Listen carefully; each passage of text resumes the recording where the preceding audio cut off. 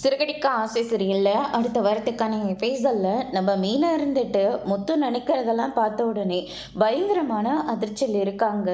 இப்படி தான் நான் இவர்கிட்ட உண்மையை சொல்ல போகிறேன்னு தெரியல, இவர்கிட்ட சொல்ல போகலான்னு பார்த்தா இந்த ரோகிணி வேற அடிக்கடிக்கு வந்து கிறிஷோடு சேர்ந்து நானும் செத்து போயிடுவேன்னு சொல்லி மிரட்டிட்டு இருக்கா.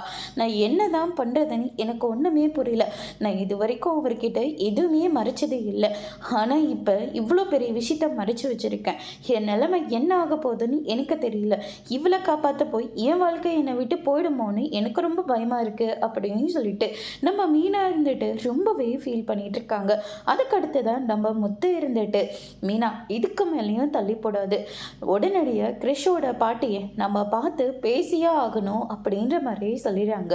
இப்போ எதுக்காகங்க வீட்டில் இவ்வளோ பெரிய பிரச்சனை போயிட்டு இருக்கு, உனக்கு புரியுதா இல்லையா? இனிமே கிறிஷை அவங்க பார்க்கவே வரமாட்டேன்னு வேற சொல்லிக்கிட்டு இருக்கு. சொல்கிற மாதிரி இவங்க எல்லாருமே சொல்லிக்கிட்டு இருக்காங்க. அது உண்மை இல்லை, கிறிஷ் அவங்க கூட்டிகிட்டு போயிடுவாங்க அப்படின்ற மாதிரி நம்ம இவங்க எல்லாருக்கும் நிரூபிச்சியே ஆகணும். எனக்கும் கிறிஷ் மேலே சந்தேகமாகவே இருக்கு. அம்மா இறந்த சோகம் அவனுக்கு கொஞ்சம் கூட இல்லை, ஏன்னா அவனுக்கு எல்லாமே தெரியுது. ஆனால் தெரிஞ்சும் அவன் எதுவுமே நடக்காத மாதிரி இருக்கான். அதுதான் எனக்கு இன்னும் பயங்கரமாக சந்தேகத்திலோட என்னை கொண்டு போய் சேர்க்குது.